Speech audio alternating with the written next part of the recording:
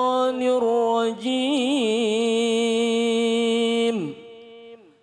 بسم الله الرحمن الرحيم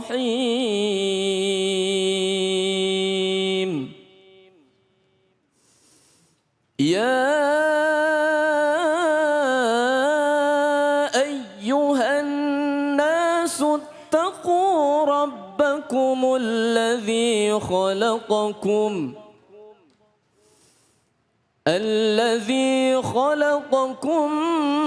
من نفس واحدة وخلق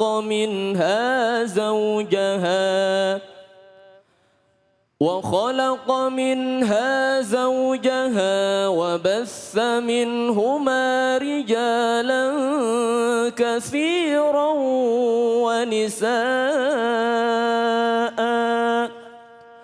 واتقوا الله الذي تساءلون به والأرحام إن الله كان عليكم رقيبا صدق الله العظيم. Sadaqallahul Adzim. Terima kasih banyak Ustadz Rijalul Amri yang tadi sudah membacakan surah An-Nisa ayat pertama atau ayat 1 yang dibacakan dengan begitu merdu ya. Dan tentunya buat ibu-ibu, bapak-bapak dan saudara-saudaraku sudah tidak asing lagi dengan ayat ini karena seringkali menjadi pembuka dalam khutbah ataupun juga di dalam pernikahan-pernikahan. Nah, untuk memaknai tentang ayat ini lebih tepat, langsung saja kita simak kajiannya bersama dengan guru kita. Silahkan Kiai Gufron. Assalamualaikum warahmatullahi wabarakatuh. Assalamualaikum warahmatullahi wabarakatuh. Bismillahirrahmanirrahim. Alhamdulillahirabbil alamin. Ustadz David yang cakep ya, nah, ibu-ibu yang cantik, nenek-nenek yang cantik ya.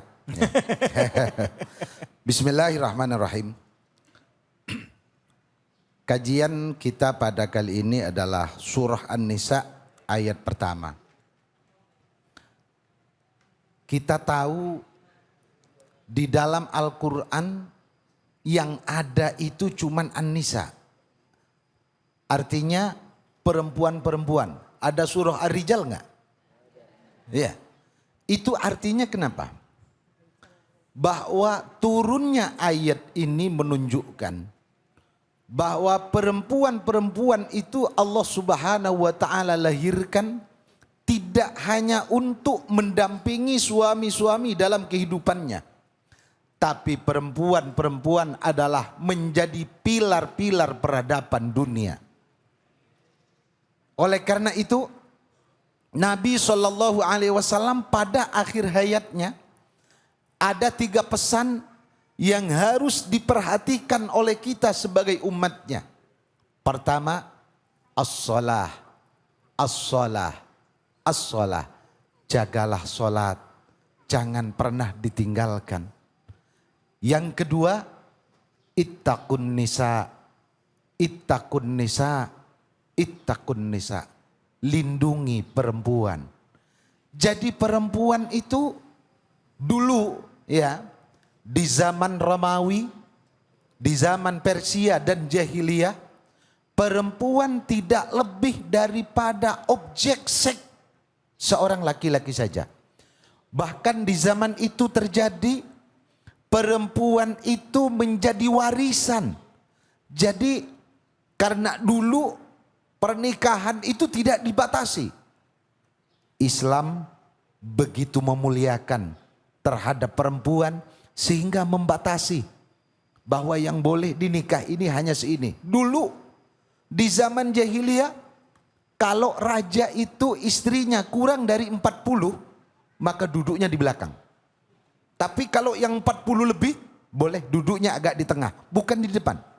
Sebegitu mulianya perempuan, Islam tidak boleh seperti itu.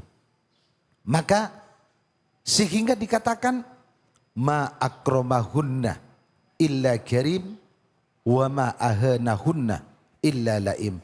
Tidak akan ada orang yang bisa memuliakan perempuan sebagaimana mestinya kecuali orang itu adalah orang mulia. Dan tidak akan ada orang yang menghina perempuan kecuali orang itu adalah orang hina. Jadi kalau di dalam satu berkeluarga ada perselisihan, ada ketidakselarasan, ada ketidakcocokan, itu sunnatullah. Yang kalau itu dikelola dengan baik akan menjadi pernak-pernik kehidupan yang begitu indah. Sehingga bukan hanya undang-undang negara kita yang melarang bahwa laki-laki boleh mukul gak? Bukan, tapi agama juga melarang. Tidak boleh ada laki-laki lalu kemudian ringan tangan. Kalau ringan tangan memberi, baik. Tapi kalau ringan tangan begitu ada ketidakcocokan, lalu kemudian mukul sama istrinya. Ya, itu di samping itu adalah akan menjadi satu satu pemandangan yang tidak baik terhadap anak-anak dan akan memberikan dampak yang negatif terhadap anak-anak di dalam keluarga itu. Maka oleh karena itu sekali lagi ya, perempuan adalah tonggak peradaban. Sehingga dikatakan bahwa almar'atu imadul bilad. Perempuan-perempuan ini adalah penentu. Negara itu akan berjalan dengan baik dan damai. Lihat perempuannya. Kalau perempuannya solehah, maka sudah pasti negara akan berjalan dengan baik dan damai. Baik negara secara besar, negara kita, ataupun negara kecil, keluarga kita. Maka dikatakan tolak ukur solehah itu seperti apa sih? Fassolihatun, qanitatun, hafizatun. Itu.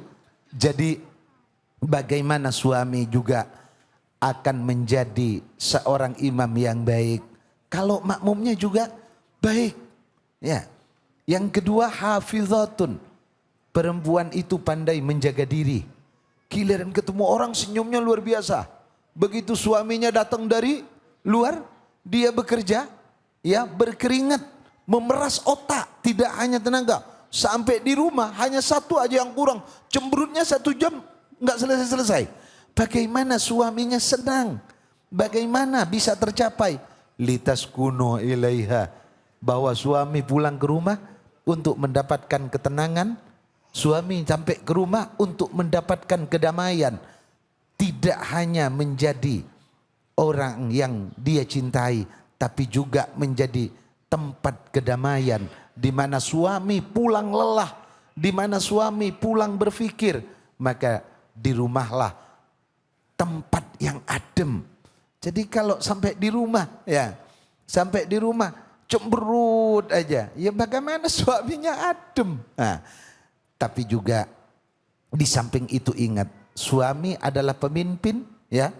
Pemimpin, suami adalah seorang imam. Kalau imamnya batal, makmumnya batal.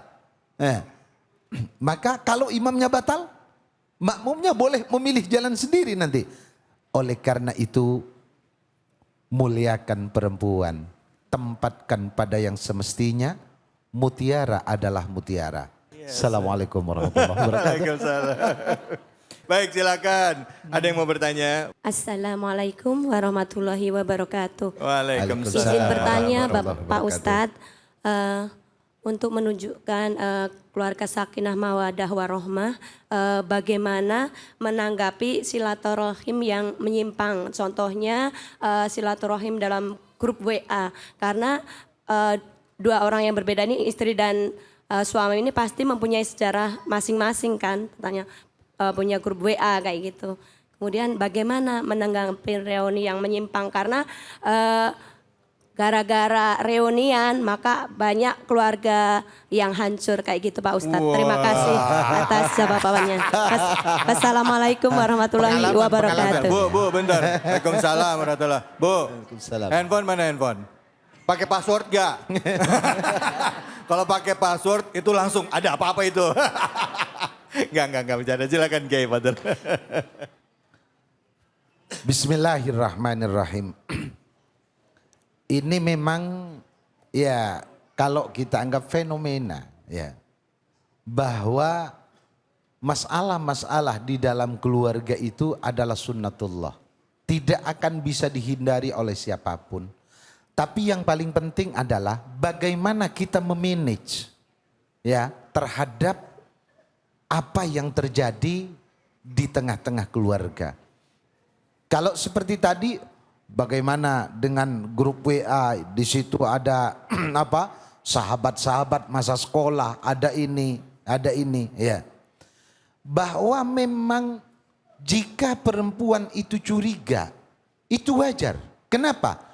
Karena curiga terhadap suami adalah tanda bahwa dia masih mencintai suaminya.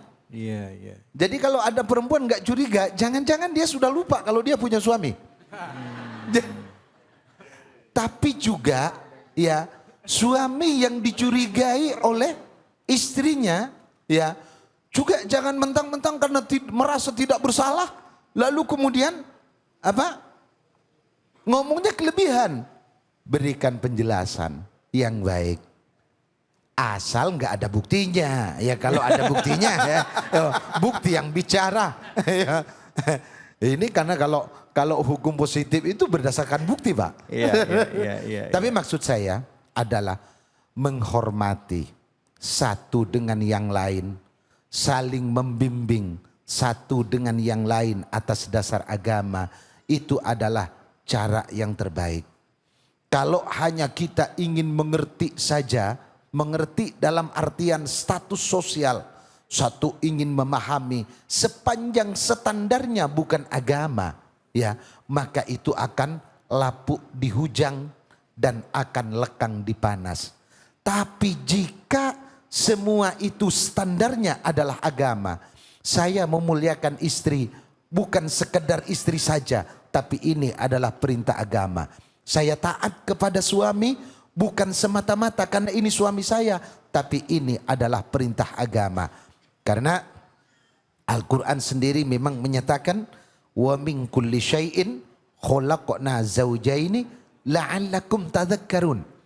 Bahwa Allah ciptakan manusia berpasang-pasangan itu agar dia ingat bahwa satu perjodohan itu tidak akan pernah terjadi kalau bukan karena takdir Allah Subhanahu wa taala semata. Maka kita mengingat itu adalah takdir Allah, bahwa saya harus berpasangan dengan ini, padahal pilihan kita dari dulu itu 15. Ya, 15. Ya, yang ini enggak jadi, yang ini enggak jadi. Kok tiba-tiba sama ya, yang ini. yang hanya ketemu 3-2 hari saja ini. Itulah yang Allah pilihkan terbaik bagi kita. Allah pilihkan yang terbaik bagi kita. Sama juga ibu yang tadinya mendambakan, bisa saja pejabat yang didambakan, orang sukses, ya, gajinya tinggi, tiba-tiba ya hanya bertemu 2 hari saja kok hatinya ya dia terbayang-bayang sampai dia harus mengikat dengan tali yang disebut mitsaqun ghalidha, tali yang kokoh. Inilah yang Allah anugerahkan untuk kami, yang itu harus kita sadari, sehingga itu harus kita hargai, harus kita hormati. Begitu ya Ibu kira-kira. Wallahu a'lam bishawab. Baik, alhamdulillah Ibu. Jadi mau grup WA-nya banyak Bu ya. Ada teman-teman SMP, teman SMA, teman kuliah, grup kerjaan yang dulu ya Bu ya. Ya itu udah bismillah. Kalau suaminya mah insya Allah yakin sama Allah, niat ibadah, dia pasti akan jaga diri. Titipin sama Allah gitu ya Kiai ya. Insya Allah ya. Baik ya, gak usah cemburuan Bu ya. Tapi kalau cemburuan tandanya sayang ya Pak ya. Pak, istri cemburu tandanya sayang. Pak, kok ianya lemes banget ya. Yang mana-mana kita akan lanjut lagi. Hanya di sini, di Cahaya Hati Indonesia.